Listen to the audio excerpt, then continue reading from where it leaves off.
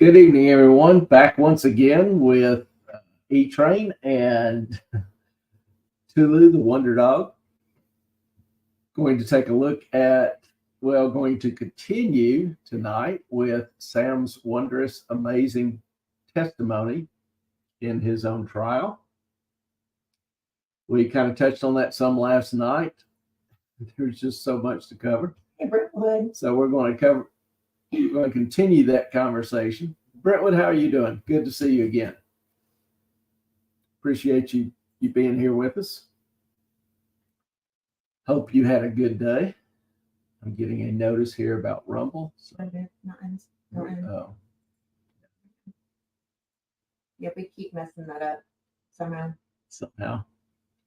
Probably my fault, but no, actually, you have to, every time we have a new broadcast, we have to go back in and reset the password and the link for Rumble. It's a little tedious.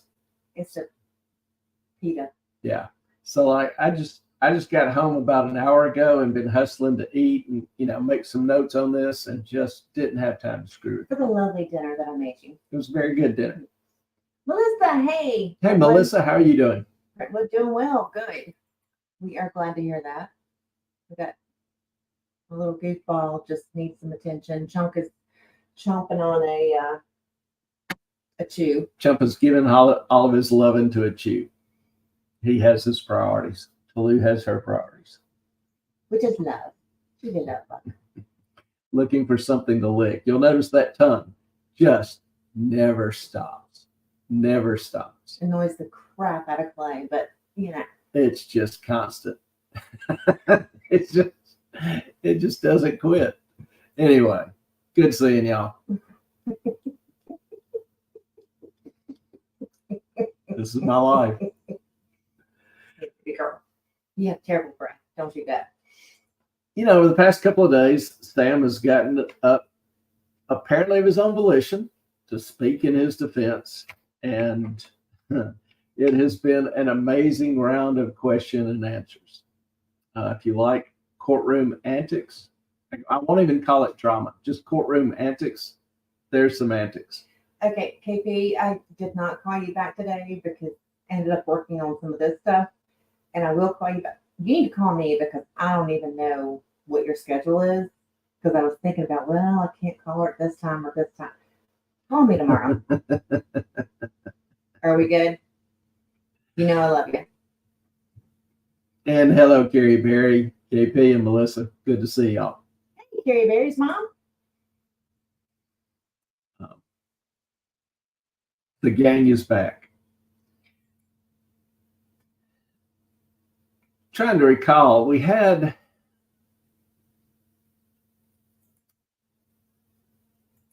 what was that? Oh, I was just giving a thumb. What did you do to the stream? Huh? Go ahead. Just it's talk. On. Just talk. Oh, no, I was just giving her a thumbs up. She said, no worries, Ellen. I will call you tomorrow. Okay. I just saw something in my eye and I'm like, what? Yeah. Trying to recall some things that went on yesterday. Talked about how Sam made such a big deal that he was so concerned, so terribly concerned that Alameda was not hedging some of its positions. Well, its positions were kind of twofold. One, on new ventures. How do you hedge a new venture? That's a little odd. You normally don't do that, especially like naked apes. What are you going to hedge naked apes with? Well, I thought we talked yesterday about the fact that, or last night about the fact that there was nothing really to hedge. Like, what do you hedge? Yeah, there's no hedge available. Oh my. For those things. Oh my. I've been taken over. Yeah, no. Chunk has decided he wants go chew on your chew. Sorry for the confusion, y'all. So that was interesting, and never saw the prosecution or anybody actually ask him how he expected Caroline to hedge. He would just yell at her, "Why haven't you hedged?" He would blame her repeatedly, post-mortem, for not hedging. Nobody has ever asked, how the hell you hedge this stuff? So, that was kind of one highlight. And then Sam's repeated refusal, maybe refusal is not the right word, reluctance to answer questions. I mean, the judge had to keep telling him to answer the question.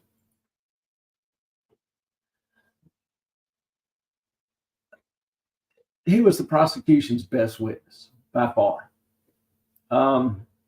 Sam, being his usual humble self, he would repeatedly say, it wasn't about blame for me. The past wasn't mattered most. After he was lecturing Caroline about not hedging, she offered up her resignation. And Sam was sitting there going, the past does not matter. I'm more concerned about the future.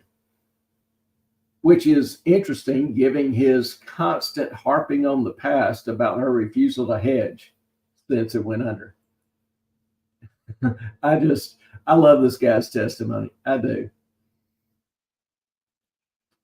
Carrie Berry's mom, talk about your bad boyfriend, a bit abusive. I mean, this guy just, if I described him as somewhat, I don't know, he just seems very aloof to me. He seems shysty to me. Yeah.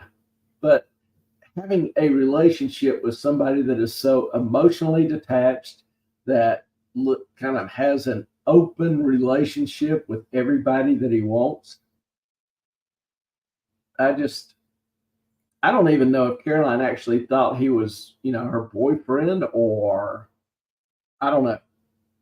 I know that they quote unquote said that they dated, but he was still living with other people and they'd carry on with other people. So it's just kind of a weird group. I can't call it cultish because, there wasn't a unifying religion, unless you want to call greed a religion. Some might, but. Hey, Carson. Tallulah, the dog that makes you wonder. The dog that makes you not want to have anyone in your face. Because she's somewhere licking. I don't know where she is, but she's licking. I guarantee it. She's by my feet. And no, I have not unpacked yet. That's why I'm down here. Her room's a mess, so she doesn't want the messy backdrop. You'll notice who always keeps his office neat and pristine so that it's, always. Move your mic up a little. Up. And turn the volume up a little bit. Oh, okay. Sorry. I thought you were trying to grab the camera. So. The camera's over there. Is that better? Did you turn the volume up? Volume should be up. I think it was just I was over talking the mic. She didn't pass the mic. I would think probably. Can y'all hear me? We're going and hoping that that's a little bit better. If it's not, let me know. Also talked about how the liabilities with the debt that Alameda had to FTX. Remember, Alameda had a gateway to FTX customer funds and was borrowing liberally from customer funds. In addition, I call that stealing, by the way. That would not be an incorrect description. Well, I think you're taking money without someone's permission, using it for personal gain. They'd buy condos and everything with it. They'd make, little investments that they thought were cool. We'll talk about one a little bit later, but Sam, invested millions of dollars in a game developer because he liked their game. He liked playing their game. I mean, what kind of due diligence is that? I just, I like whatchamacallits, but I don't see them making a big comeback. What are whatchamacallits? There you go. See? Yeah, okay. It's a candy bar. And then we also talked about how Sam was out pitching FTX as the model for regulatory efficiency and the standard by which all other companies should be judged. He was telling he was up in D.C. 4 or 5 times just in 2022 alone, telling regulators that, hey, this is the model you ought to implement. He even gave them a list of 10 things saying, these are the standards you ought to implement. These are FTX's standards. And we went through those last night and saw where literally everyone, line item by line item, FTX sucked. So Thank you, KP. it's a candy bar. What's it? It's a whatchamacallit. It's when I was growing up. Okay. That's my favorite. I'm pretty much a Snickers guy, so anything beyond that really doesn't exist. We talked about Sam's meeting with White House staff and in the holding meetings in the Middle East with some of the sovereign funds, some of the government funds looking to try to invest their money with FTX. And this was at a time when he knew that Alameda owed FTX $8 billion, didn't have the money. They had talked about closing Alameda. And he's on this trip and telling the court that he viewed Alameda as solvent and FTX as solvent and decently liquid. Yet they were spending all the money. Yeah, unless those words have absolutely zero meaning. I mean, Chuck, I know what you've been chewing on. You cannot lick my face. Sorry.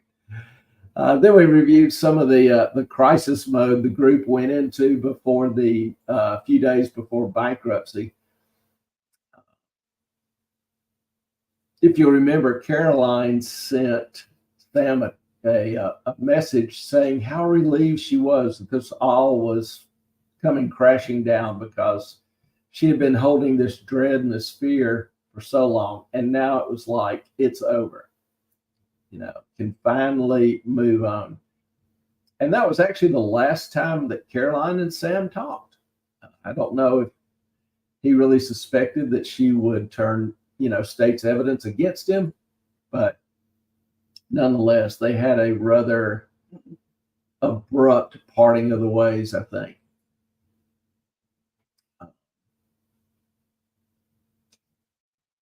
We talked a little bit about Paperbird, majority-owned company by Sam, who had far more amount of assets in FTX that was not reflected on the balance sheet in certain presentations. And Paperbird was the entity that borrowed $2.3 billion from Alameda and used that. That was kind of the investment arm. That was one of the little shell companies that tons of money went through and not really sure what all happened to it. Obviously, that's part of John Ray's effort to try to recoup and identify where that money went. So we should be getting another update from him before long. Carson, does a cult require an obvious religious aspect? Looked at the insane concept they espoused as effective altruism. Does not have to be religious. No, I would define secular humanism as a religion. And Supreme Court does also. I'm not alone in that, but there's, a certain commonality of beliefs. I thought it was just a radical idea on something that is not of the norm that you get other people to ascribe to that may hurt other people. Well, I would say more it's a adherence to a belief or a group with strict rigidity, that you had to accept the tenets, the faith, the principles, the act, the conduct, the whatever. He does worship the almighty dollar. There you go, Brentwood. Yeah, exactly. So I guess that is a religion in itself. Yeah. Or it's at least an idea that is more which he abused. Let's put it that way. I mean, they were a tight little group, whether you want to call it a cult or not, fine. But it was cultic in some of its actions and demands that the group think be accepted by everyone. I'm sorry, Carrie Berry's mom. Yeah, sorry you're having internet issues. You know, we've gotten to where we rely on this so much, it's really pain in the anatomy that doesn't work well. You mean we rely on internet issues? Or we As we're on the internet, we rely on the internet. We also talked a little bit about the $12 million purchase of Farmington State Bank.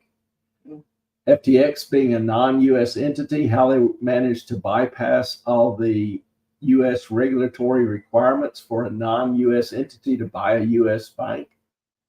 We also talked about the example of BCCI, the Pakistani bank, who was refused the purchase of a U.S. bank due to it being basically a global money laundering empire. Well, what was FTX? Same thing. Interesting concept there. Interesting application of justice there. So we had all these little things brought up in court, and it was, in my opinion, it was modestly fascinating. Pretty, some epic comments, some epic admonishments from the judge. So, continuing with Sassoon's cross of Sam. Sassoon is the prosecutor, That was one of today. the prosecutors. Still yesterday and some today. Okay. We ran out of time last night, so. I'm sorry. There was a point when the cross-examination got a little feisty.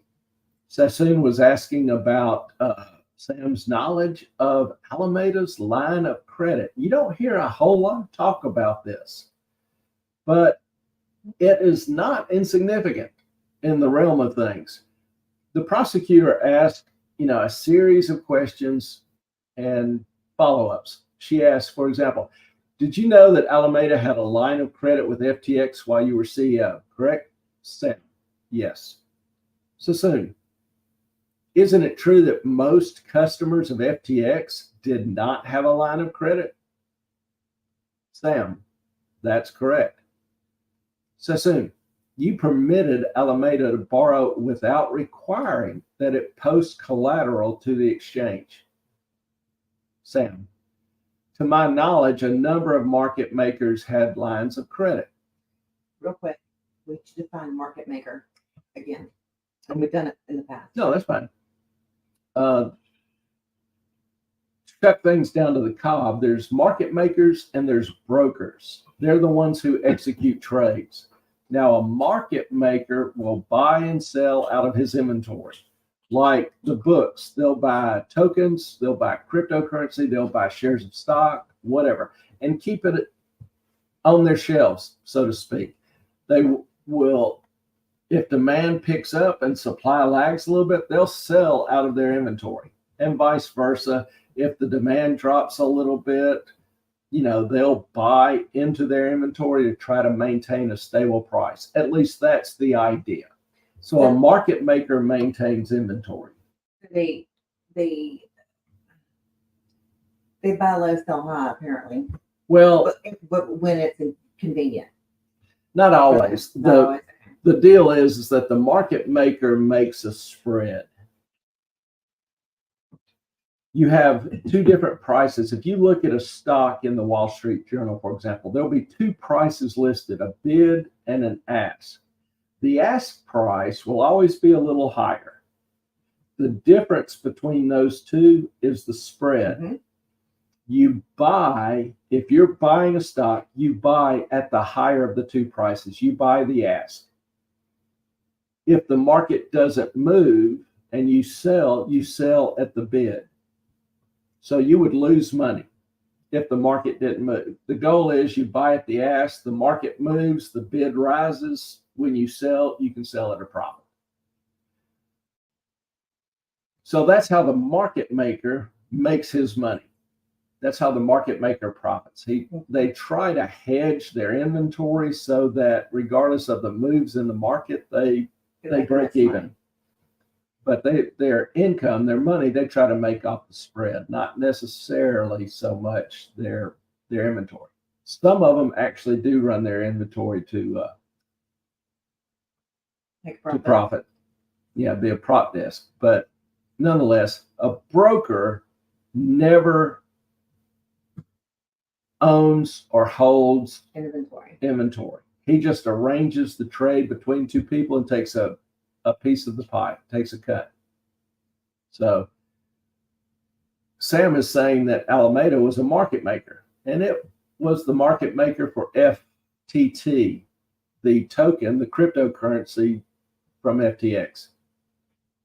It's a little hokey, but nonetheless. So Sam is saying market makers, a number of market makers had lines of credit. Sassoon repeated the question. You permitted Alameda to borrow without requiring that it post collateral. As Sam said, that was not my understanding. Okay, so you're thinking, hey, FTX gave Alameda loans of customer money, but Alameda posted collateral. Okay, well, that sounds a little better, but what collateral did Alameda post? They posted FTT tokens, Which weren't worth anything. which they could gin up. And, crypto obviously is very volatile. No legitimate firm is going to accept it as as collateral. It's not what we call hypothecable asset. So Sassoon S, continued on and asked about Alameda's liabilities, but Sam testified he didn't remember. But there's a point to this because, with further questions, Sam acknowledged that Alameda's line of credit at FTX was $64 billion.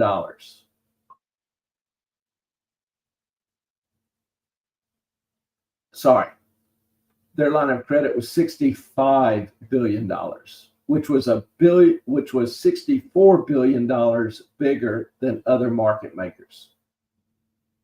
So all other market makers had a line of credit total of $1 billion. Alameda had a $64 billion line of credit that they could post an endless amount of a token they produce for collateral. Yeah, but wasn't FTX borrowing money from Alameda? No, Alameda was borrowing money from FTX. Well, no wonder they had a line of credit. Yeah. Not only did they have to access the line of credit, they actually had the back door into the software. They could just directly access consumer funds. They didn't have to take a loan and post FTT collateral. Didn't even have to do that. Kind of a worthless. I love the comment. Okay. Oh my God, gulp. JB, oh my God. And then Brentwood. And Carrie Berry's mom, the problem is Sam's definitions are different than most people. Words like solvent, etc. Yeah, the poor boy needs a dictionary. What he actually needs is a little integrity. And, I really believe some morality and consciousness. I really believe we as a society are losing the ability to accurately define words. We're constantly redefining words for the circumstance and purposes that, achieve whatever meaning we want. And it really oftentimes ends up making true communication hard because people may be using the same word but talking about two different things. But I digress. That is true. And even if, this is like so off topic, but even as a hairstylist, I would say, and I want some fringe. I'm like, okay, what does that mean to you? Yeah. Explain that, because as someone who's trained, it might not mean the same thing. So you always have to get like, what is that definition to you? What are you talking about? So after a little bit of, discussion, cajoling, irritating Sam, few tense moments there, Sassoon got Sam to admit that he was aware that Alameda had basically unlimited borrowing power against FTX. Gary Berry's mom. Remember, His parents are professors at Stanford, teaching our future leaders. Aren't they tax professors? They're lawyers. Tax And lawyers. yes, but lawyers, expertise is in language. That is their, the tool of their trade, or words, wordsmiths. KP, you can testify to this. I mean, do you have to know what words mean? And Sam, yes, Sam Pride and was joy. their pride and joy. Is that their only child? As far as I don't know. Okay. I've not heard of any brothers, but I won't swear to Or it. sisters. What's wrong with chicks? Nothing. I happen to like chicks. But anyway, You're like, I don't know where that came from. You're like, I don't know if they have to be brothers. I'm like, why can't they have daughters? Okay, anyway. Yes, you were right, Ellen. Yeah. Absolutely, KP.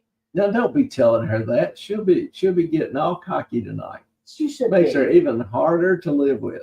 I mean, what? I mean, about knowing about words. It's the thing. As an attorney. I'm kidding. Yes, she is. Now, after some back and forth on Alameda's line of credit, Sassoon shifted. I mean, there's so much for Sassoon to cover. And, they wanted to carry on into Friday. And the judge asked the jurors whether or not that would, be a problem with their schedules, because apparently the judge had earlier instructed them they'd be done by then. Well, one of the jurors said she had already had Friday plans. So, are you allowed to do that as a juror? Going, you know what? I really can't be here. well, I think it's the judge. I think the judge told him that, we'd be through by this day. Mm-hmm. So, and a judge can pretty much do whatever he wants, I think. All right, then.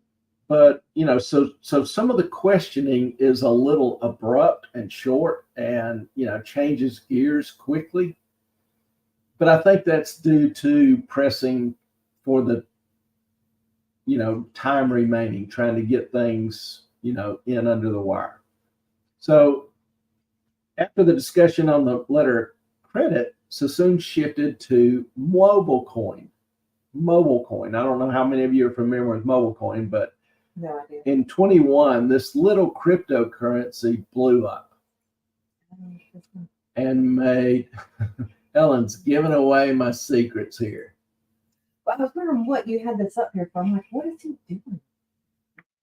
Yeah, this is a little graph to mobile coin. And you'll notice the spike. It's hovering around, $5, $6, starts bumping up, jumps up to $70, and then crashes back down. Nice little picture, but the sexiest thing about this picture That's not a sexy is picture. it is after you let me finish, because this little picture right here represents a $1 billion loss to Alameda. Oh, nappers. That'll get your attention. And that to me is a sexy picture. So I rest my case. I was just like, you have a little ballot, but it's not like. Yeah, no, has nothing to do with that. Every time I say. Do you know what that means? No. Okay. Vidal Sassoon, ooh la la.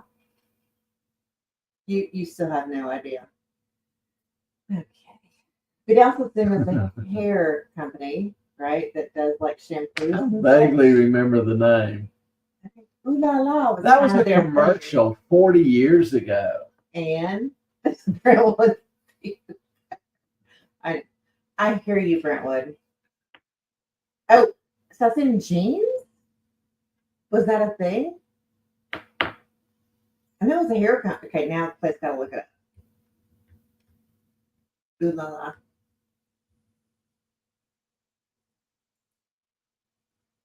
Oh damn. Okay, fine. Well, it's on YouTube. I'm hesitant to play it because I might get a copyright strike. You calling me old? Not at all. Not at all. I'm saying your knowledge of history is most impressive. Brentwood, I'm 47. Clay's a bit older than me. But Yeah, kids ask me when I was born. I just tell them the 1900s. I could say the same.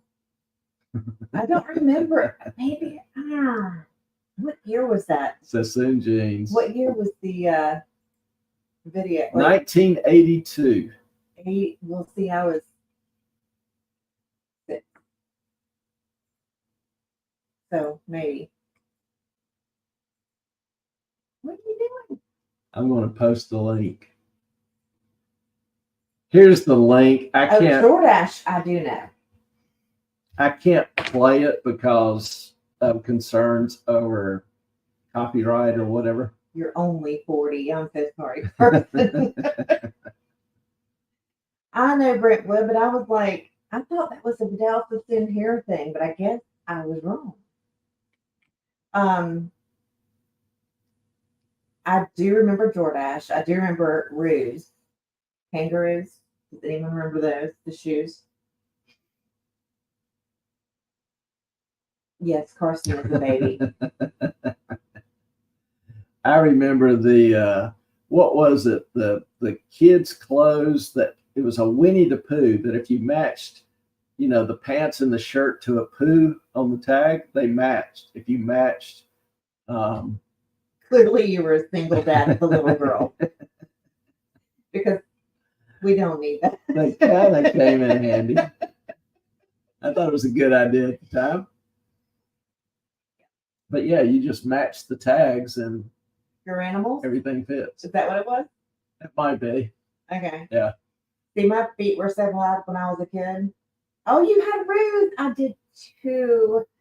But my feet were so wide as a kid that my parents would put me in the girls' shoe section and go to the boys' section and bring me shoes because I didn't want boy shoes, but I had Flintstone feet. That was the problem. But my uncle did actually sell Ruse and his with the Velcro and the zippers at his store at Army Navy. We've been there. Yeah. Mm-hmm. So it's all rushing back now. There's that ought to be a song. With everything that is going on right now in the world, I think it might not be the worst thing in the world to think about the good old days. Yeah, I think it's always a good thing to laugh and have some fun. So, and y'all contribute to that greatly. Mm-hmm. Not going to lie. Mobile coin. So you've got this. Do what? We're back to that. Yeah. Mobile coin. Mobile coin's a little old token, thinly traded. And this trader, starts buying it. Because it's thinly traded, if you get a slight increase in demand, it'll impact the price. And once the available supply becomes really tight, the price starts jumping. If you look at the graph, you can tell it's almost vertical. Yes, Brentwood. You're doing Carson's job. So now we have a competition on who can derail us the best. All right, Carson, you better come back at it. Carson, you're getting a little soft, my man. So anyway, you can tell that this increase in price is almost vertical. It's up, then it pauses a little bit, then jumps back up. Oh, we're back to this. Yeah, back to this. I'm just actually talking about chat. The trial. Yeah, I was watching the chat, and I'm like, "What is?" I was like, "Yeah, I'm a little bit flaky at times." That's all right. Now, we know that a trader trading this lost about $1 billion on it. We don't know the exact amount.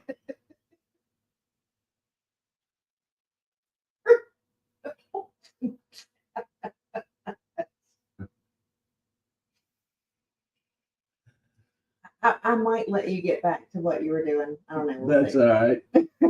The problem with her being here tonight, sitting next to me, is I can't kill her mic. But anyway, I love Carson. That's what she said. What? Carson, we love you. We love Brentwood. We love KP. We love everyone here. Melissa, all the peeps. yeah, we just enjoy the hell out of y'all. Thank you. And Carrie Berry's mom, thank you for being here. And listen, sometimes you only a little bit of laugh. And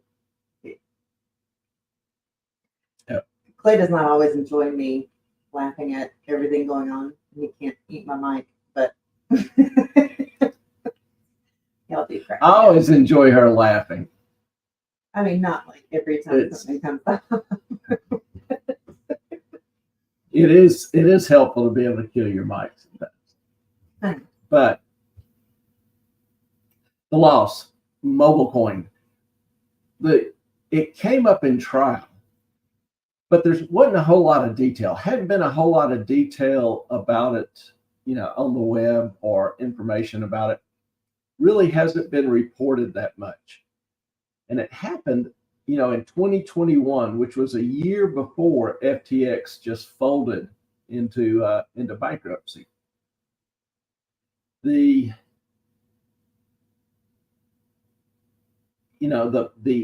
losses stemmed from the use of margin, which is what we were just talking about. Alameda's, excessive line of credit.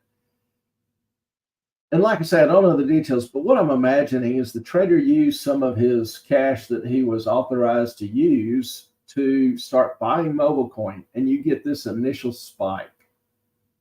And then somewhere around here, it started dropping, didn't have the increase in demand that he anticipated.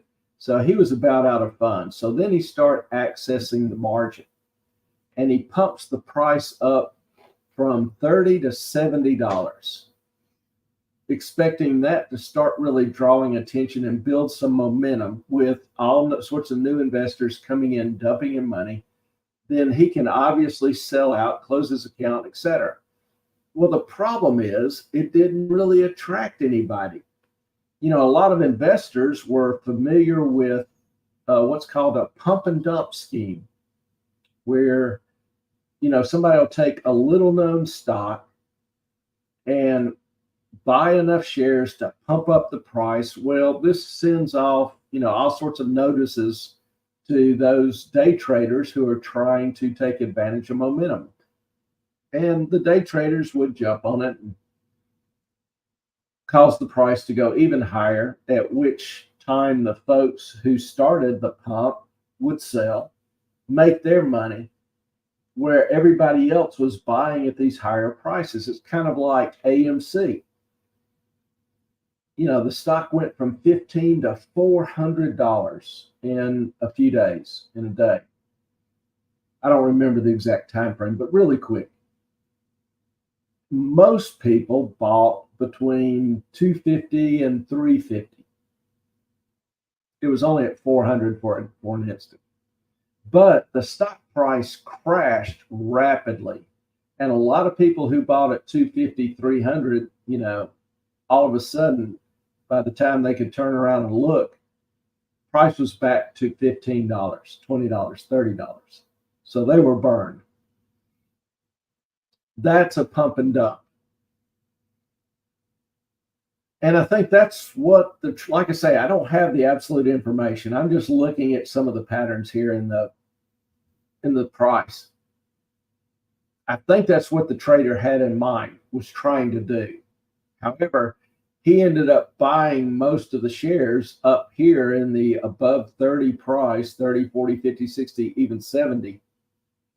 And then once he ran out of margin, couldn't buy anymore, nobody else was buying, and the price started collapsing. That's where you rack up $1 billion in losses. E. Warner, it's frozen concentrated orange juice. Okay, I'm a little lost. What's frozen concentrated orange juice? Ooh la la. Mm-hmm. Yeah. Frozen concentrated orange juice. That's not ooh la la. That's just Minute Maid. What's Minute Maid? Frozen concentrated orange juice. That's the only company. Trading Places. Yes, bingo. Good call. Sorry I didn't catch that sooner. That's a good movie if you want to see a pump and dump, Hollywood's version of a pump and dump. The floor scene where they are on the floor of I guess it's the Mercantile Exchange. I'm trying to remember where orange futures are traded, but I believe it's the Mercantile. And they pump it up and then they let it crash. Yeah, great film. I might have to pull that out again, actually. I had a clip of it. I had a clip of that, and I actually used to use it in one of my investment classes, but I'm not sure what happened to it. I'm going to have to try to track that down again. And no, that's not a copyright infringement. What? I'm an academician. We can use it for academic purposes. That's my story, and I'm sticking to it. You're never one to break the rules. Never. Or not even play with them. But even though we don't know the peculiarities or particulars of this particular pump and dump or margin, what we do know is it does show the ties. It pretty clearly and strongly shows the ties between Bankman's proprietary trading company and his FTX crypto exchange. Clearly links them together very tightly. So, and that relationship goes back even beyond 22 when FTX had to try to bail out Alameda, when they had the meeting when Alameda was out of funds and they were trying to bail it out. It was bailed out with billions of dollars of loans from FTX. So that was no recent or, emergency situation. That relationship had lasted and been in existence for years. Also, Sam touted FTX's unique liquidation engine. Now, the liquidation engine is a concept or idea that once a position gets too risky and starts experiencing losses, that it will automatically close the trade and prevent larger losses. Well, feel free to correct me, but I don't see much of a liquidation engine going on here. What I see is losses being racked up to the tune of $1 billion. So does that mean Sam was maybe slightly exaggerating the capabilities of FTX? I'll let you judge for yourself. But he repeatedly used that term, unique liquidation engine. Here, comments. Person said you sent us your money, will liquidate it. As we said last night, it'll get FTX'd. Fuxed. Invest with us? Anyway.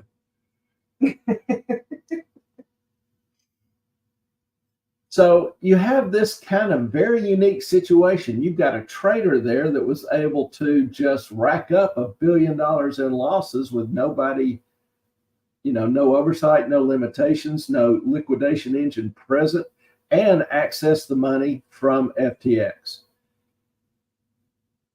The beauty of this was, asked if he recalled this incident, Sam says, I wouldn't say I have no memory. I can take a wild guess if you wanted me to.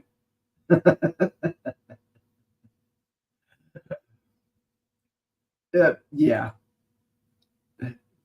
How do you know when somebody's perjuring themselves?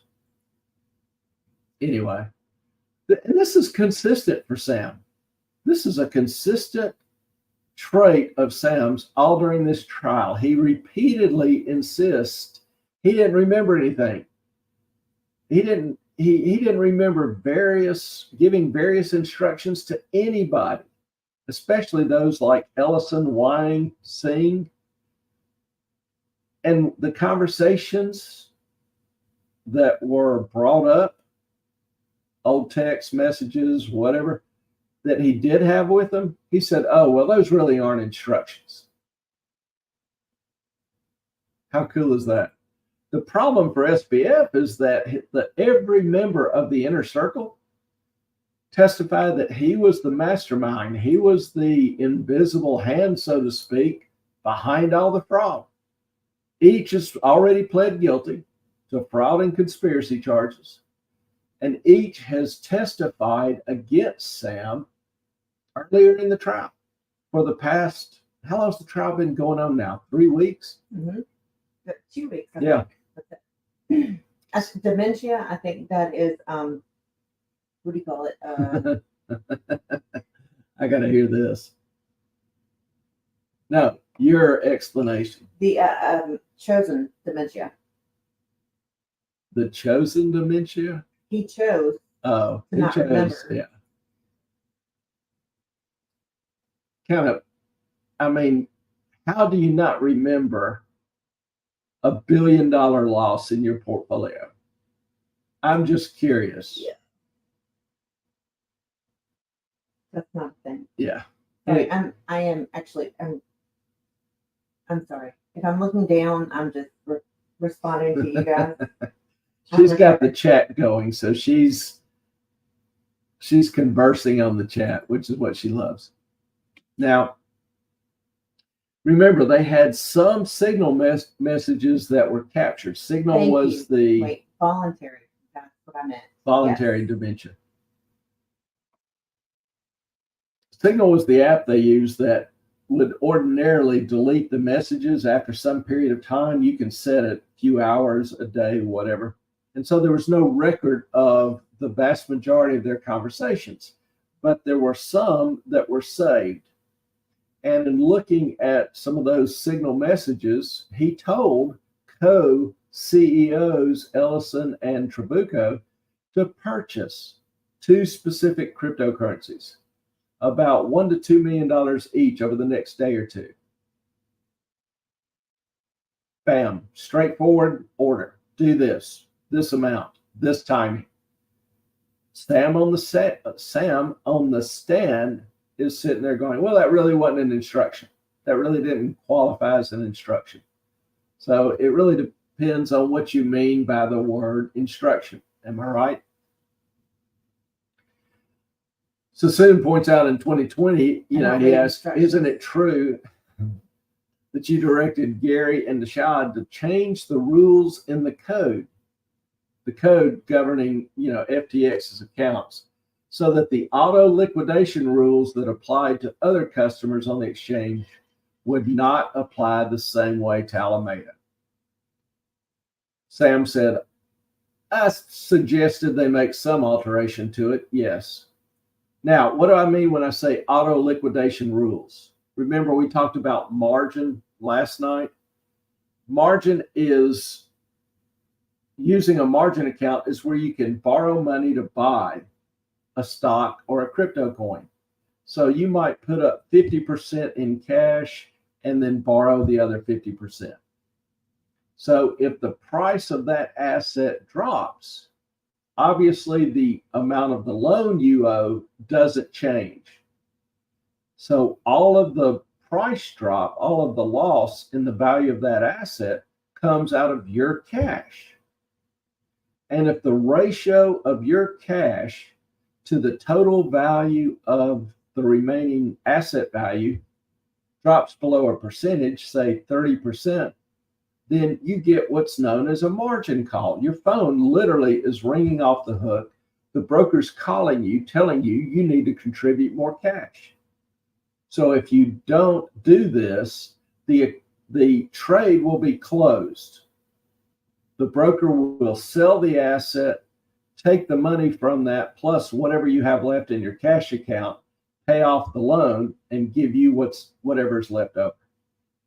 And they do that automatically. That's an auto liquidation. And it's standard practice for any kind of margin account, any kind of margin position. The broker never loses money on a margin trade. They'll always close it out before they lose money. Auto liquidation. Well, this question is basically asking Sam, did you tell, Gary and Singh to remove that auto liquidation requirement from Alameda's account? And Sam's going, yep, I did. So that's what the auto liquidation is. That's how Alameda was able to rack up such huge debts. First of all, it was placing collateral for the loans. FTT, the token of FTX, which is kind of sketchy in the first place. Then Sam says, well, they don't even really need to post collateral. They can just take the losses and owe us. We'll trust them. So later on in the testimony, he maintained he did not know about the flag in FTX's code that allowed it to trade beyond its means, which was the fix to the auto liquidation that Wang had inserted in the code. He testified as CEO that he trusted Gary and the fix. So he tells them to get rid of the auto liquidation. And when they get rid of the auto liquidation, he's shocked. He's like, I didn't know they did that. If I'm a juror, I would not make a good juror. I'd be standing up in the courtroom saying, Judge, there's really no need to continue. Can we There's no court in the world that would have you as a juror. I'm just going to say that flat outright. Well, they're missing a great opportunity. That's all I can say.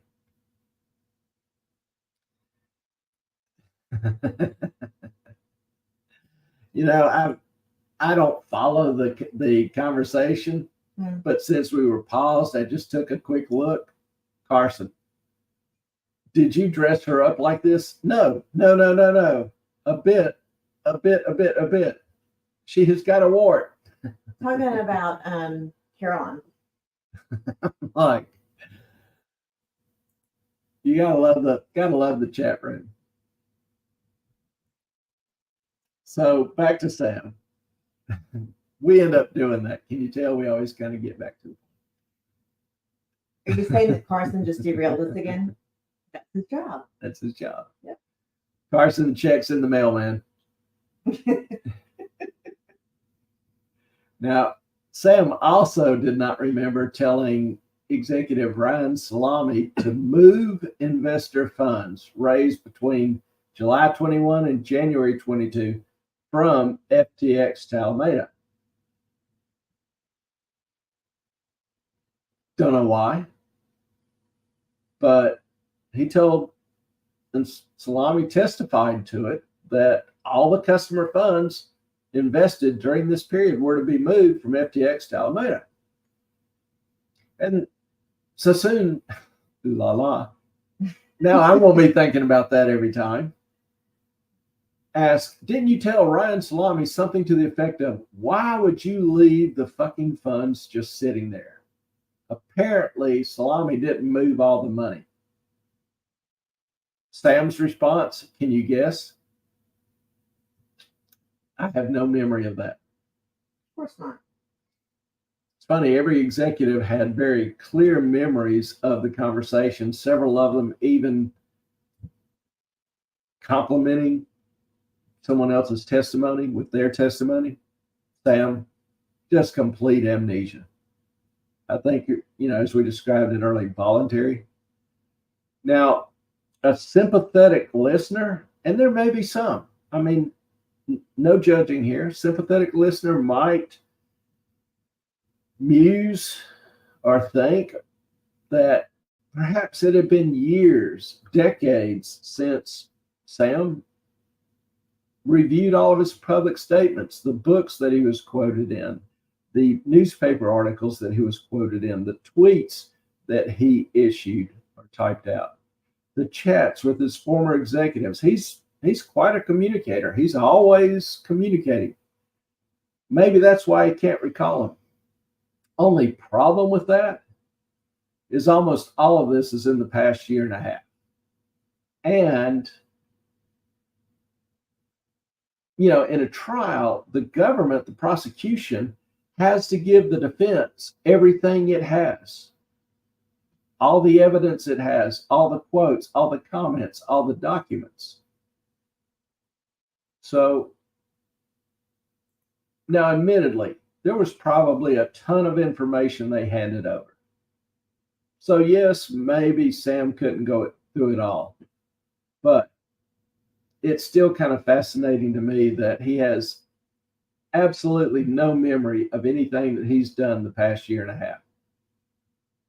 Carson, it's from Monty Python and the Holy Grail. I assume that's the quote you posted. Did you dress her up like this? From Monty Python and the Holy Grail. Have you watched that? I have not. Yeah. You never watched the Holy Grail? Did not.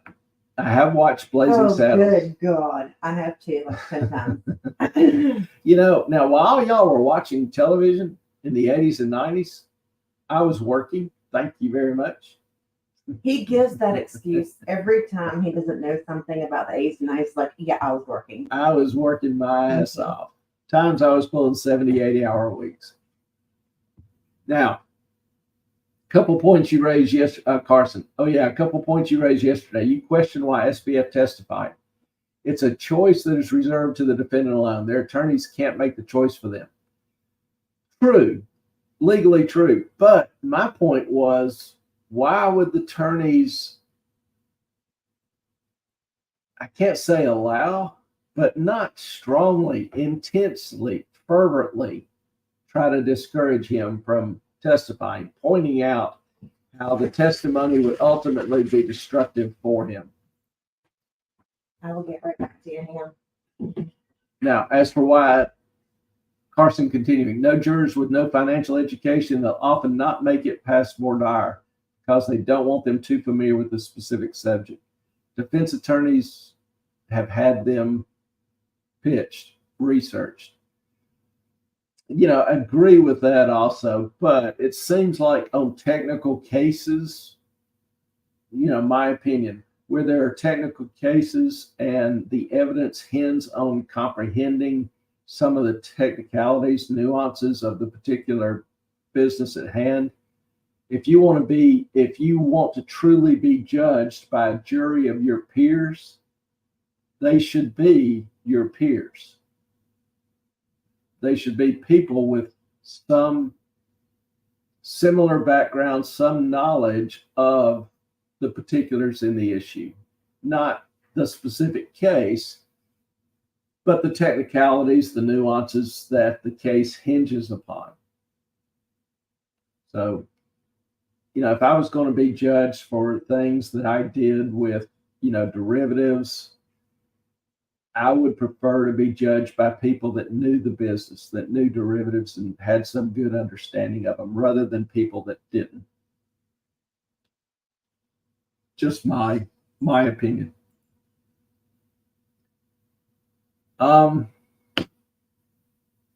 Continuing on, the prosecution talked to Sam, asked Sam also about serum staking fees. I don't know whether you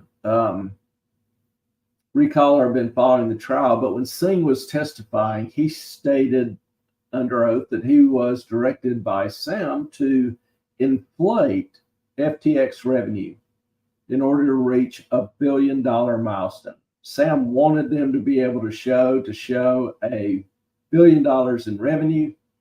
And so one way to pump up the volume to increase the revenue was to backdate some of the staking revenue.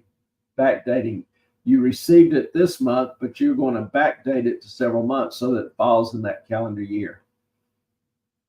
It's fraud. It's misrepresentation. But Sting did it, and FTX had $1 billion in revenue. Now, Sting also during his testimony stated that he felt that was the first time he felt he had done something wrong by altering those records, and that was in December of 2021. Now, what is staking? Some of you might not know what staking is. Staking is where you pledge some of your crypto. It can be done in several different cryptocurrencies, Ether and some others. But staking allows you to earn rewards. You basically put up your Ether, so you can't trade it, you can't sell it. And it's used to provide liquidity in the marketplace. So if somebody wants to buy a particular crypto, that crypto is available for sale until other crypto can be either created or found or whatever.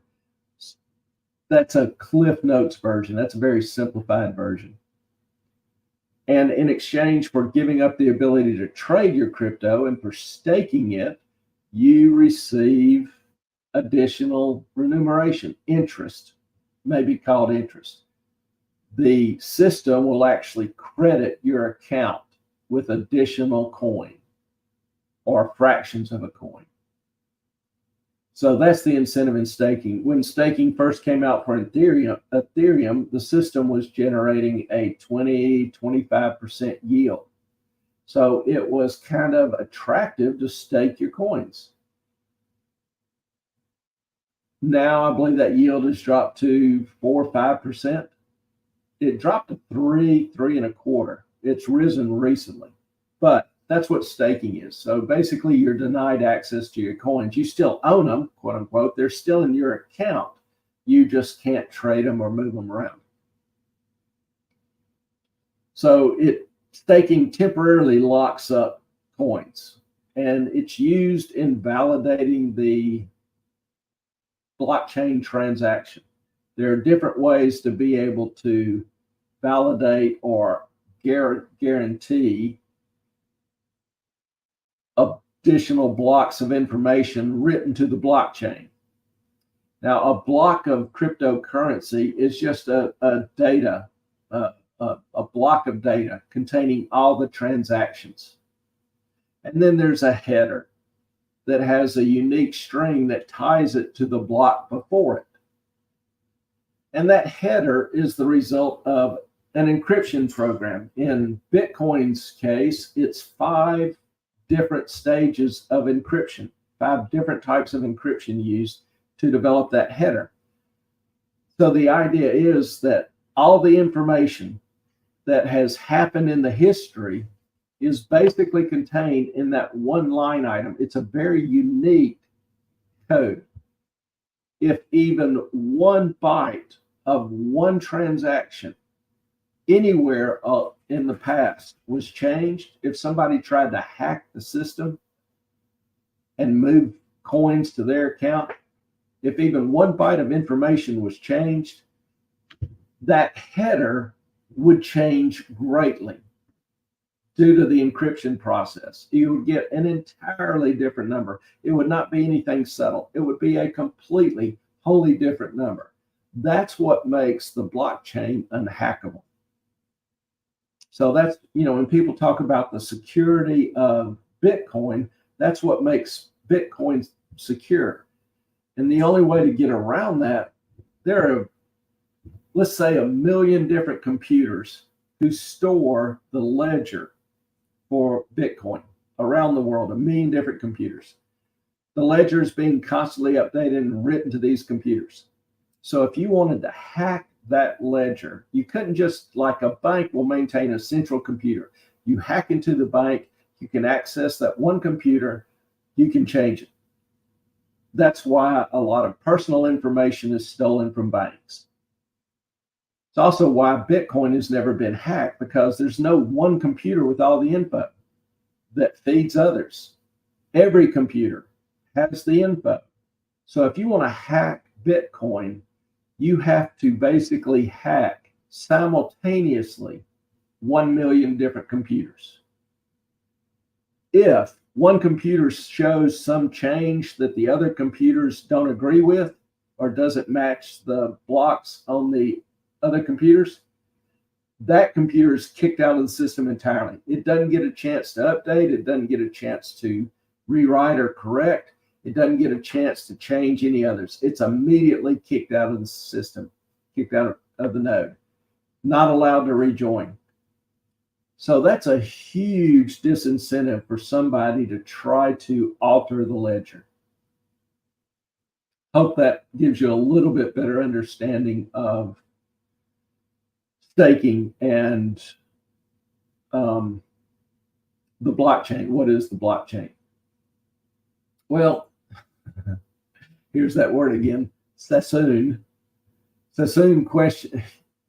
I feel like I ought to go watch the commercial so I can say it in the same tone and tempo as the commercial. But Sassoon questioned Sam on backdating the documents.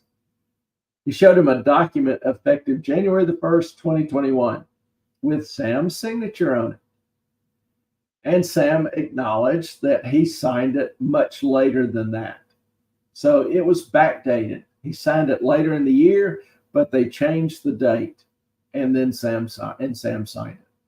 So Sassoon tells, or asks Sam, I guess I should say, this wasn't the first time that you did this. First time you signed a document more than a year after its supposed effective date. Sam replied, I think not, which means, yes, it wasn't the first time.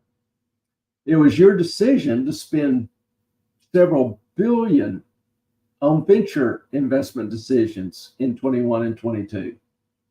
Sam, I think a few billion of them were my decision. Sam has almost just capitulated here. He's beat down. He has been corrected numerous times by the judge, instructing him to give a straight answer. Sassoon has been relentless in continuing to point out his inconsistencies, his deceptions, and the actual degree of his involvement in FTX operations. Thought you were bringing a snack or something for a second. You want a snack? No. Thank you, though. So this whole little detail that Sassoon has been picking at is basically demonstrating that, yes, Sam was in control. He was the father figure. He didn't just provide general oversight. He got his hands dirty repeatedly. Again, why? What? Sam is not a stupid guy. He just imitates one routinely, but what made him think that his testimony would be effective in terms of convincing the jury that he was an innocent guy, or he wasn't as evil or corrupt as others may have painted him out? Hey, Nadine. It's good to see you. Welcome back. You've been missed. I don't know. Don't know what Sam was thinking. I think the obvious answer is maybe he overestimated his ability to not remember, thinking that would impress the jury. He could get up and say, I don't remember, I don't remember, I don't remember.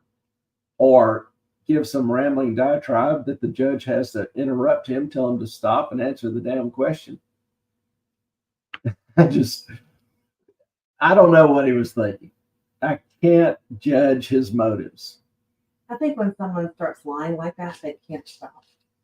They don't know when to stop or how to stop or when to.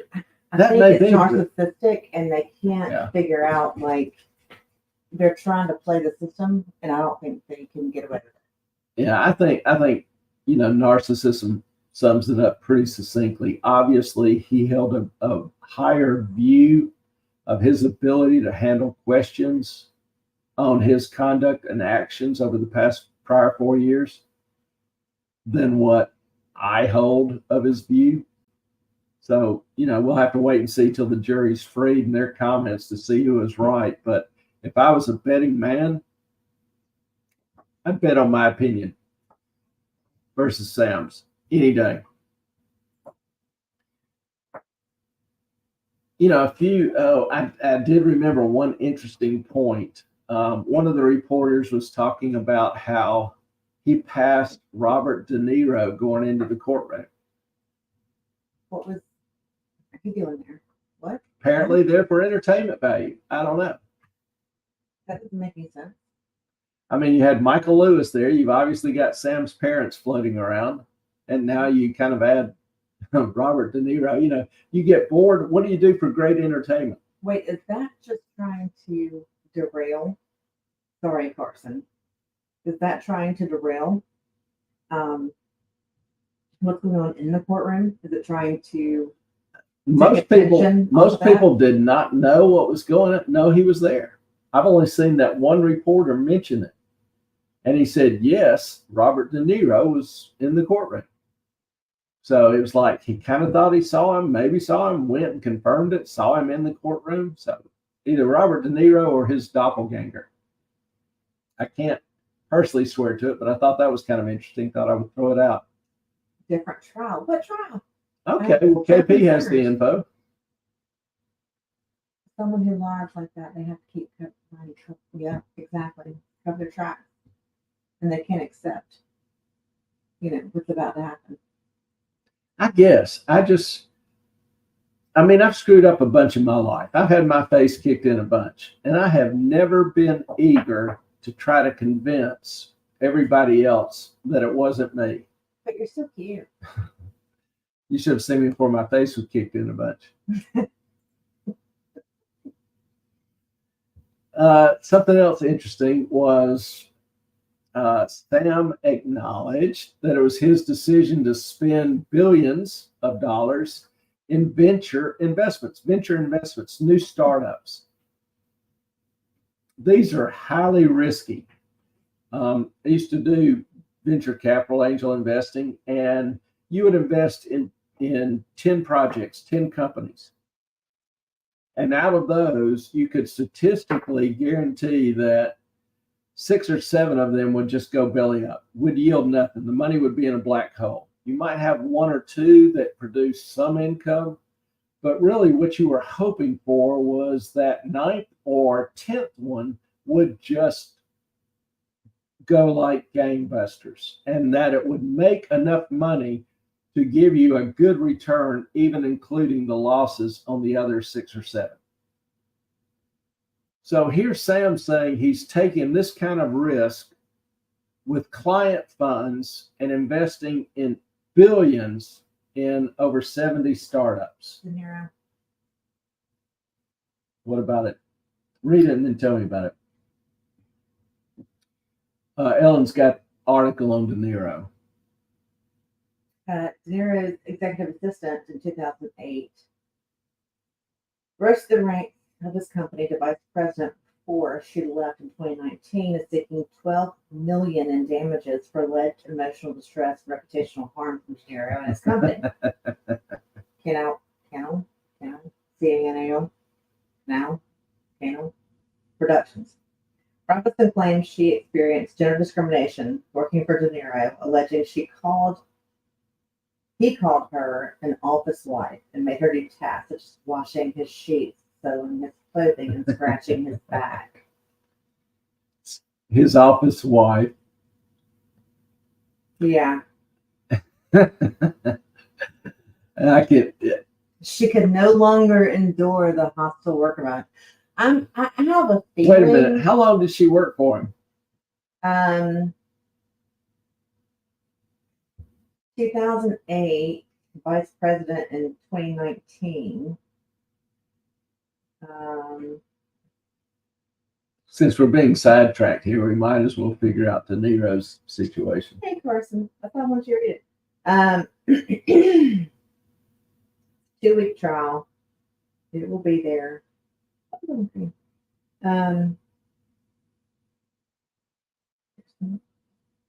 It's just a hostile work environment. I mean, if you're a juror, does it change your view if she worked for him 6 or 7 or 8 years? Making $450,000 a year. I'll scratch your back. Here, look. There we go. And I don't pay $450,000 a year. Mm-mm. I get it. I get a bargain. Probably You get 400. well, we're not going to I'm go there. kidding. But no, but you know, I do Yeah. cupping. I do all the things. I'm Yeah. not sure. I mean, case. if somebody wants to call me their house hubby and pay me $425,000 to scratch their back when it itches and run their errands and I you know do it wash a in few 2 sheets, seconds. that's Yes. not a bad job. Yeah.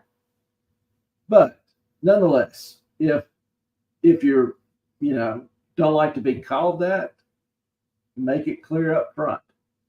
You know, first time he does it. I'm pretty sure that when you hire someone, you give them like an explanation or a list of things that they're expected to do. And I would imagine that she went to vice president of his company, and making that much money that she knew what she was getting into. For at least 9 years, she knew what she was getting into. Yeah. If you know, and I'm not judging her or him. I'm just saying 425,000, what I would do, how I would view it. If somebody, you know, if it was affectionate and they, you know, kind of a compliment, they call me their office hubby. If I work for a lady, she called me her office hubby. You got almost $500,000 a year. You'd be fine with that? Yeah. Yeah, I can't say that I would disagree. If I ever have a problem with somebody, the way they treat me in the office, I'm not. You're gonna wait 10, 12 years? Yeah, no, I'll go to them at that point in time. We'll go have a private conversation somewhere and resolve the issue. You know, politely, civilly. I'm not saying be ugly. If it continues, then Just say, I don't want to do this. then this, file and suit. this. Yeah. And if you're not okay with that, then I will leave. But apparently she was running his company, but she got promoted to vice president. Yeah. I think it's just a bullshit thing. Well, anyway, we found out about De Niro. And it's like, you know, KP says, sounds like a mutual arrangement. I agree. But, you know, from what little we know, we may not know all the facts. So, you know, I'll at least issue that caveat. Wait, okay. So I'm sorry. 9 years. Is he going to kill her? Like, what is the big thing that she's new to that is now this has become a problem? She didn't like the severance package. She's about to get one that she's not going to like even more. I don't know. She'll probably win. Oh God! Don't do the Me Too thing. That's just no. Oh, I just think it's likely she'll win. Now, talking about these investments, 70 venture investments, Sassoon, you know, continues probing Bankman, asking him about the buyout. They literally bought out the company that made this video game that Sam played. I told you we'd get to this a little later. Oh, good. The video game is called Storybook Brawl. Any of y'all familiar with that? I don't play video games, so I have no idea. It sounds like violence in a way that is not even appropriate. Yeah, Storybook Brawl. And he also took a stake in the cryptocurrency news site Block and Modaloo Capital. Never heard of either one of those. No idea. But I'm pretty much willing to guarantee if Sassoon is asking about them, that they went belly up. The odds are heavy. Venture capital, they went belly up. So she asked if it was Bankman's Freed's idea to invest in them. He's an avid gamer. It is the game he was known to prefer. So it's kind of a little surprise that the investment was made in Storybook Brawl under his guidance and encouragement.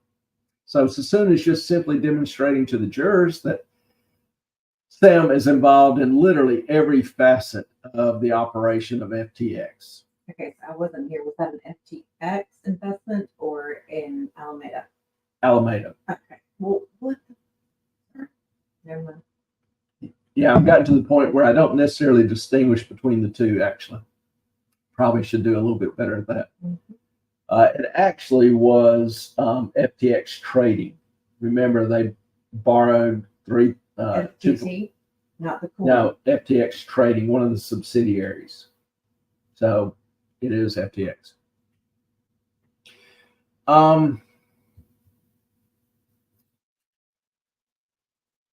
Sassoon then also asked Bateman if he remembers saying that Alameda would need to borrow more from FTX to repay its loans. Now let me think about this. Alameda borrowed from FTX, couldn't pay it back, and needed to borrow more from FTX to repay the loans. Somebody help me with that math. No, that's not how that works. That doesn't matter. Wait, Yeah. unless you got a participation trophy for trying to do math, that might work out. But I don't know. Sassoon then asked Bateman if he recalls telling Zeke Faux, F-A-U-X, Faux, that That sounds after like a fake name. it's actually his real name. He wrote a book. What was the book?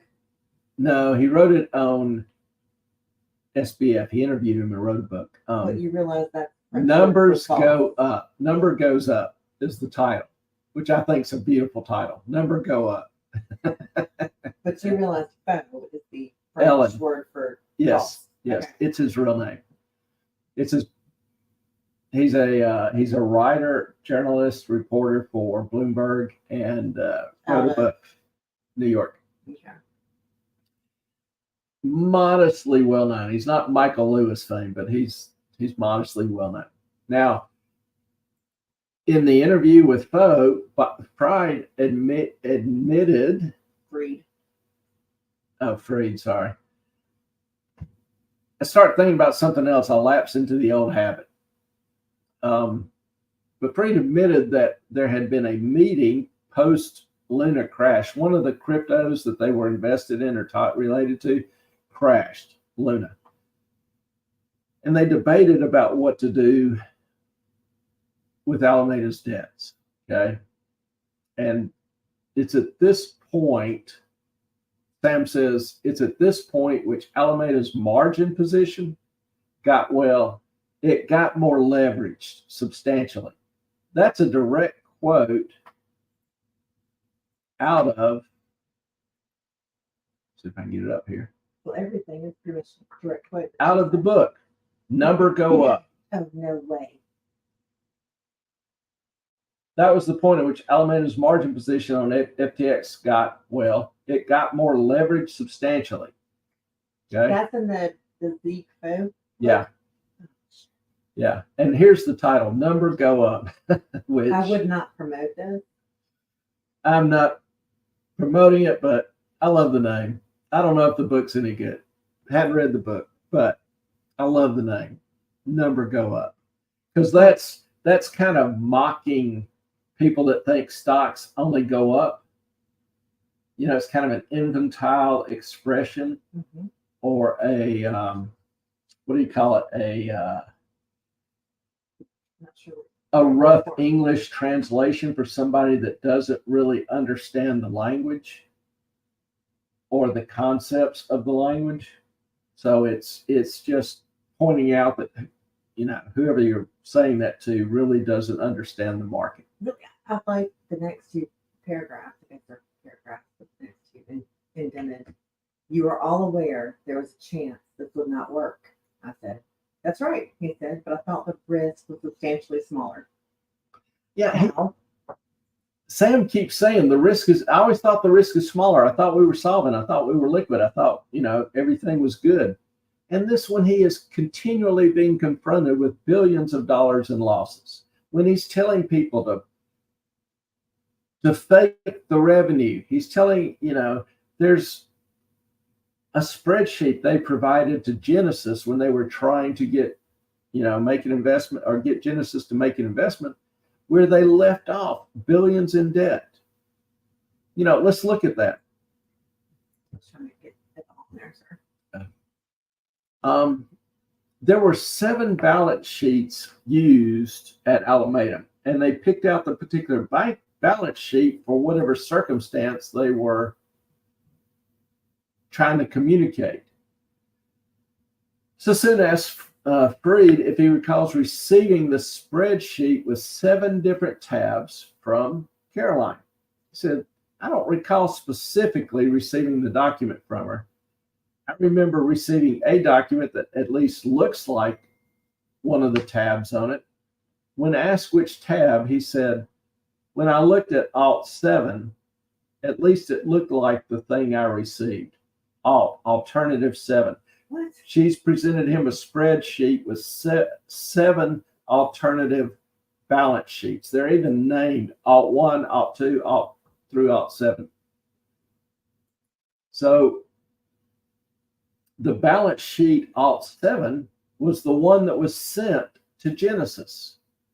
The item, which in other balance sheet were referred to as exchange borrows, debt loans between exchanges, which referred to the nearly $10 billion that Alameda was borrowing from FTX at that time, was gone, was removed, wasn't in there. Sassoon pointed out in court, Sam says, I don't remember seeing it. Well, Sassoon points out that according to Google metadata, in case you want to know how the internet is tracking you, Sassoon reported that according to Google metadata, Bankman-Fried reviewed the spreadsheet on June the 19th, 2022. So they have proof positive that his login opened and looked at that specific spreadsheet. So if you're doing anything in Google, just keep in mind every bit of it is itemized, even the particular sheet you look at and interact with. Now, Sam's comment, I'm not sure how to interpret the metadata. I'm pretty sure he does. Just saying. Judge Kaplan intervened, urging Sam again to answer the question directly. The judge says, you were not asked to interpret the metadata. Answer the damn question. Sam says, I knew there was metadata that in my view suggested I may have viewed it. Still kind of a roundabout, vague answer. I'm not admitting to it. I'm not admitting to it, but the data suggests that I may have viewed it. Like I say, the guy's not stupid. So he kind of is. He imitates an idiot sometimes, but so if we summed up these, Sam's testimony and the defense rested. So Sam won't be testifying anymore. And there's no counter case. But the defense has no case. Well, the prosecution presents its case first. This was the defense's side. Okay. So the prosecution, looking at, summing it all up, the prosecution showed the jury various tweets, emails, memos, signal communications, which and everyone thought was so encrypted. No. Well, no, Caroline saved it on her phone. Okay. It is very encrypted. And congressional testimony in which FTX and Bankman assured investors that the exchange was safe and that Alameda played by the same rules as others. Okay. Knowing full well the whole time it was not safe, and it damn sure didn't play by the same rules that anybody else did. Sassoon tried to point out differences repeatedly in what Bankman said and what he said specifically about FTX's management and his involvement in the day-to-day affairs with Alameda both before and after the collapse. Remember, he was given different stories about this all the way through, not just in court. And he said, what do you think Sam said? What do you think Sam's response to that was? Ooh. I don't know. He couldn't recall. Wasn't sure what he said in the past, over and over and over again. Which is a valid answer in court. I don't recall. That can't be challenged. Proves Bill Clinton, George Bush, and every other freaking politician on the planet.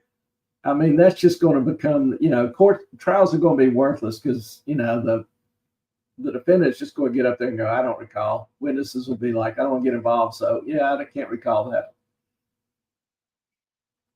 Sam pushed back when the prosecution tried to show that he was in charge. He didn't like that notion. And when he asked if he called the shots as CEO, his reply was, I called some of them. When asked if he was involved in Alameda's trading in 22, he responded, this is pure Clinton-esque. Depends on how you define trading. Depends on what you mean by what the word is means. He or that, or what, or why, or how. I mean, come on, or I, or you, or yeah.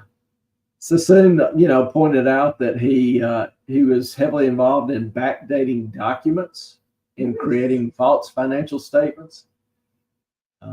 She brought up Singh's testimony, told him to inflate the exchange's revenue so that it could reach $1 billion. Do that by backdating certain serum staking fees acceptance.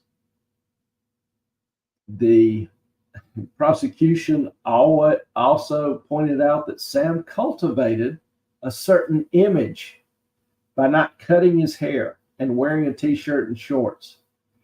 on purpose. Sassoon asked him, you thought highly of yourself? Sam says, I did. Of course he did, obviously. But it looked better that he was working so hard he could get a haircut. Made me appreciate that court sketch even more. Which is total. Sorry. Sam also said he didn't recall exactly what he said in certain circumstances, with I'm not sure becoming a staple. Just his normal response almost, at least for a while, until, Judge Kaplan told him 50 times to just answer the question. Bloomberg had a couple of reporters start keeping count, go back through the transcripts and count. Bob Van Boris said Sam used the term not sure 99 times. Courthouse reporter Chris Dolmish counted Bankman-Fried saying, I don't recall 28 times and I don't remember 51 times. So for nearly 108 response to 180 questions during his 2-day testimony, he said either not sure, I don't recall, or I don't remember. 100 to 180 to nearly 180 different times. Are you sure he's not a politician? Seriously. That's a bunch. Mm-hmm. That's a bunch. Also, as FTX was failing, Sam, was meeting with Bahamas regulators, even after the collapse of FTX. And, he was asked if he hoped to regain control of FTX. So, things were getting a little testy. Sassoon asked him, you were still hoping you could regain control of FTX. Sam, I was not myself prioritizing getting control of FTX. Sassoon, I didn't ask about your priority. I asked if you were hoping at that point in time to regain control of your company, FTX. Sam replies, my memory is to play a role, but not control. So what? He was willing just to work as a trader at FTX? I don't know. I need to clarify something real quick. I'm not like moving away from Chunk because I don't love his licks, but he's been chewing on bull dick, and his breath is terrible, and I have no interest in him licking my face at the moment.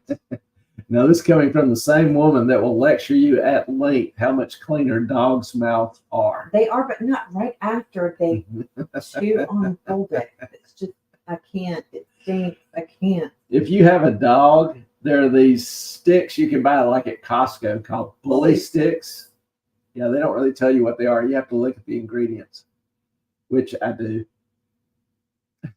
But yes, it is what it has been claimed to be. But it's tough. It's hard to chew on.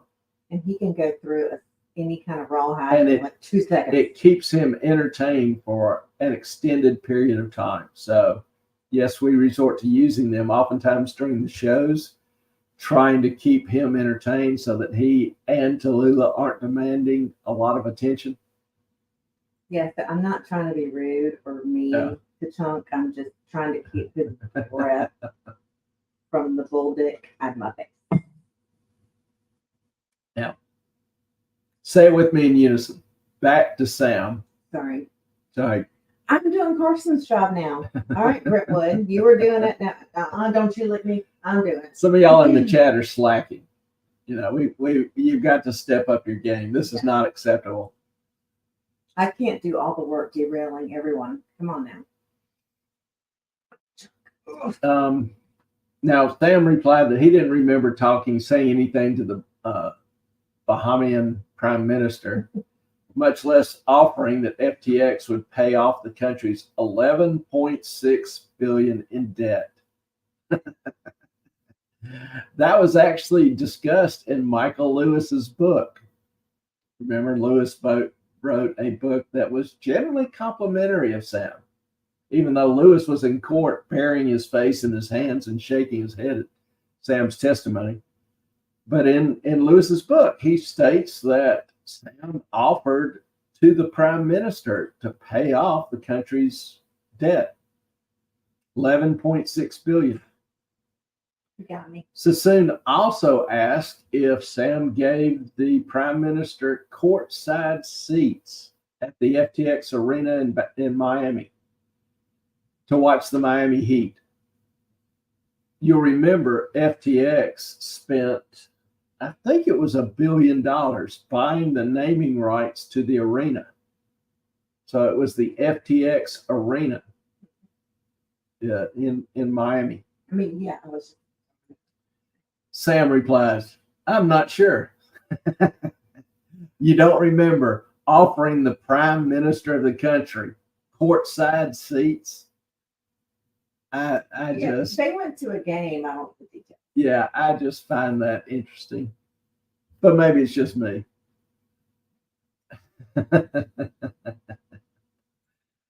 JB, back to Fantastical Free. Oh, you said it right. What's that about? I do when I'm not thinking of something else. And Brentwood said, ha. I told her she's got to take up Carson's position. Yeah, Carson is just, I think he's exited the chat or snoozing. Seems like he had something else going on too. But Carson, you've got some competition for your job. Yes, you do. You got to show up and do the thing.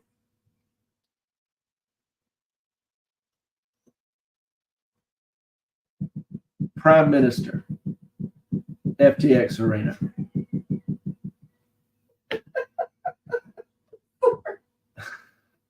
Circus continues. So Sam says, I'm not sure. I think they did go to a game. Sassoon, talked at some length with Sam about the commingling of funds between FTX and Alameda. I don't know if you remember, but FTX, apparently due to being so new, had trouble getting accounts established with correspondent banks. So what they did was they used Alameda's accounts for the receipt of customer funds. They designated one as Northern Dimension. And so they would tell customers that wanted to invest or buy crypto through FTX to send money to this account, which was actually controlled by Alameda. That's interesting. There was no disclosure about that either. So on this commingling, Sassoon asked several different aspects of it. She asked Sam, for example, you claimed you learned in September and October that $8 billion had been spent. This would be September of 22. What, if anything, did you know about who spent it? Good question. Good question. Let me guess. I have no idea. Well, it's even better than that. Sam goes, I quote, I don't remember anything about a particular employee. That means he knows something. Next question. A particular employee. Meaning he does. Meaning he does. Meaning he's the one that signed off on it. Sassoon, did you fire anyone for spending $8 billion of customer deposits? Sam. No. No. Now, there's a lot of concern, and you may have seen some mention in it about the fiat at account, fiat ampersand account. In Sam's testimony and Singh's testimony, they oftentimes refer to the bug. There's a bug in the code that allowed money to be drawn out of FTX, and they didn't know it. And that's how the $8 billion loss was kind of created. It was a bug in the system, a bug that sucks up $8 billion and does, God knows, we don't know what to it. I could be that bug. Yeah. I'd be glad to.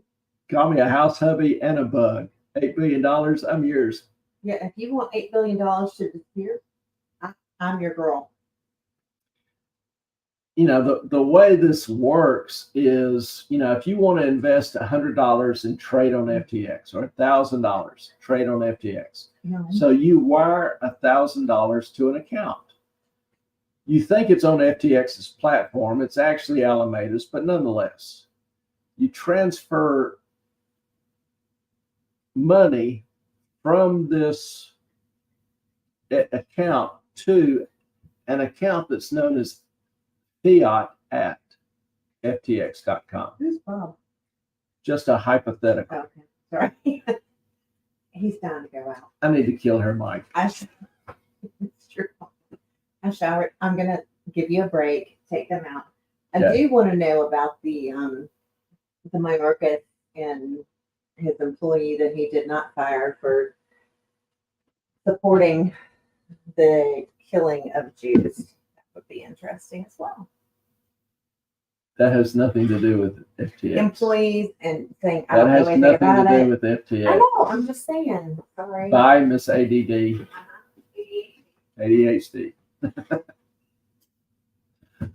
Focus is difficult sometimes. So the idea is that there was this bug in this system that money would be routed through in the processing. I want to say processing process, but that's using the same word to describe it twice. But it's an in-house transfer. Once it's in-house, it's allocated or moved through various channels. One of them was this fiat channel. And that's where they say this was a bug. And over time, money, put into this fiat channel apparently didn't make it out. Again, I've not seen all the details. I'm just gathering bits and pieces from the testimony. But it was apparently this fiat channel that racked up the $8 billion or $8 billion in losses in and of its own self. That's a hell of a bug. $8 billion. vaporizes in this account. That's a hell of a bug. But when you hear Sam, and I've alluded to it a few times the last few nights, talking about the bug, that's what he's talking about. Kind of boggles my mind. Sam had his priority list and talks about how he would spend about 30 minutes a day on high priority issues. $8 billion bug. I don't know if that made it to his priority list. Now he says he prioritized fixing it, but $8 billion later, still wasn't fixed.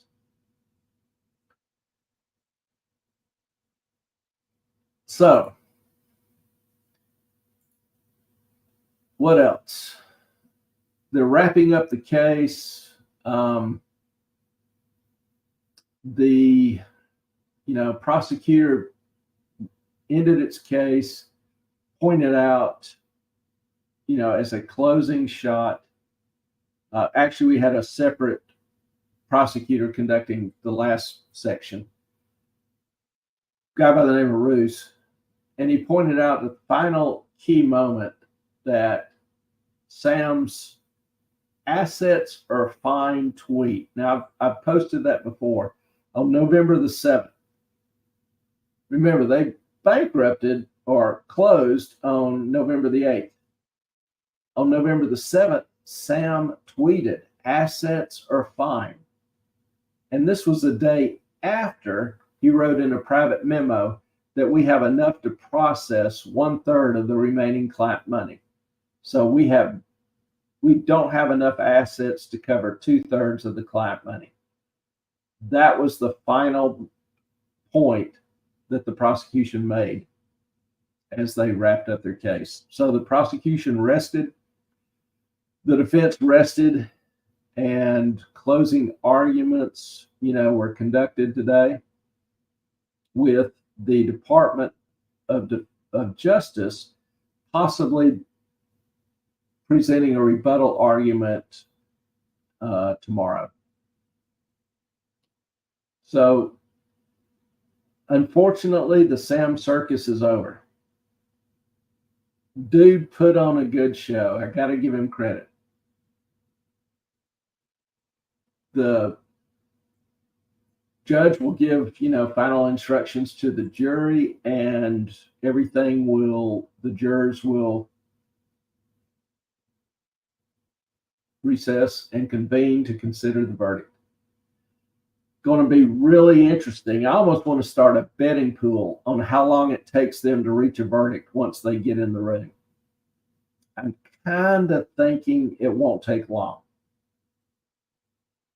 But it'd be interesting to put up a betting pool and have an over and under.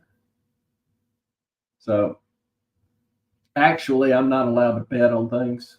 I'm on the athletic committee. So, NCAA frowns on betting, even non-sports issues for people related to athletics. Have some influence over athletics. So, anybody have any questions about the trial or comments, things that we talked about tonight? It has been an interesting few days, beginning about the middle of last week through yesterday. So, KP, she's going with 2 hours. Melissa, it feels like the trial went quickly. It really does. This was kind of a no-nonsense trial. And, I don't know whether I actually probably expected it to last longer because some of the issues are modestly complex. And there were things in Sam's testimony that I thought the prosecution would spend a lot of time detailing, correcting, exposing, whatever you want to call it. But maybe, they felt like some of it was just getting in the weeds too much, that they had enough as it was with relatively clear and unambiguous statements that the jury could, would find sufficient for a verdict. that may not have been a bad strategy. That's part and parcel of the art of being an attorney is, trying to figure out what actually you need to feed to the jury and figure out a way to get it to them. Brentwood, no, sir, hoping for a quick verdict at the FOs after FAing so much. Yeah, he is definitely at the stage where he is about to find out after messing around. So we'll see. And, we may. It just hit me. One of the jurors said she had a prior commitment on Friday. So I don't know how the court handles that when you've got a juror that says, yeah, I've got something else scheduled. Or maybe he will, let them break for the weekend and then convene Monday to begin deliberating. I don't know exactly how that's going to work, but we'll find out tomorrow.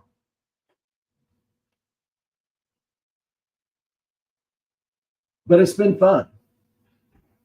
It has. There's just been so much to go through, and it's been fun. It is definitely an entertaining trial, an entertaining persona. Nadine, I can't make up my mind on whether this was an incredible overestimation of his capabilities or sheer evil. Not sure it can be anything in between. I don't disagree. The guy would preach things like effective altruism out in public, but then in private, he would turn around and go, it's a bunch of bullshit. He lies consistently with great ease and no guilt. He robbed people of billions and billions of dollars that he spent on whimsical projects, taking it for his own purpose, his parents, just blowing money left and right with no regard. He would advertise himself and his firm as completely the epitome of honesty and integrity. Meanwhile, he was screwing everybody at every different opportunity that he had. Including the Ontario Teachers Fund. He just had no limits, but he did it in almost a way that a lot of people were thanking him for doing it at the time. He was a great con man. Bernie Madoff level con man. Both were perceived as very nice guys, very brilliant, intelligent, highly intelligent guys, highly reputable guys concerned about integrity. Hell, Bernie Madoff was the president of the NASD, the chief regulatory body for the securities exchanges, the private oversight body. The SEC is obviously the chief regulatory body. But, it just, the more things change, the more they stay the same. History repeats itself over and over and over again. And I think that's really kind of the value of this channel. We try to help people understand, what happens in the industry, how money works, so that they can make better informed decisions. It's not always the most exciting, but I think it's important. And so we carry on. It is kind of fun to have some nights where we can not get so much into the money or financial weeds and just celebrate the nuances of life, as it were. So really appreciate y'all hanging with us, being with us. The book club, I've got to put up a poll for the next book to be chosen. So I will put it up shortly. I'll put it on the community page. I would ask, everybody to take a look and vote, so make a decision in a day or two. Also, if you have not subscribed to the channel, hit the like button, subscribe, do all the YouTubey things for us. And we'll hope to try to keep giving you, some more content that's of value to you. Got a couple things coming up that some shorts on debt, student debt. Got a video on beginning investing that will be actually completed before long. Listen, I promise it got lost, and we found it. Ellen got swamped. So, And my I sent my pop, which you guys, those of you who have been here, are aware of, 96 years old, and I sent him some cachava shakes just because, like, he asked me for something that was like a whole food, superfood, nutritional thing that he could do. But he said he doesn't have any cups or glasses that are big enough for the shake.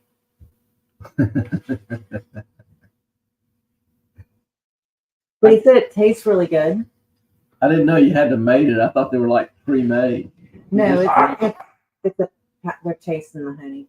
It's a powder, and he has to put it, and mix it. And he's like, I don't have any cups that are big enough to actually like do the things. Oh, good Lord. And back to business here. If y'all have any questions or anything that you want to see, let me know. But don't forget to vote on the book club. I'll get it up here shortly. So if y'all don't have any other questions, again, thank you for joining us tonight. Past few nights, really enjoyed the fellowship and look forward to seeing you again Saturday. Or if there is a verdict. Or if there's a verdict, we might throw up a quick live just to let everybody chat about it shortly. Mm-hmm. So y'all have a good night. Blessings to you. Our time is up. We thank you for yours.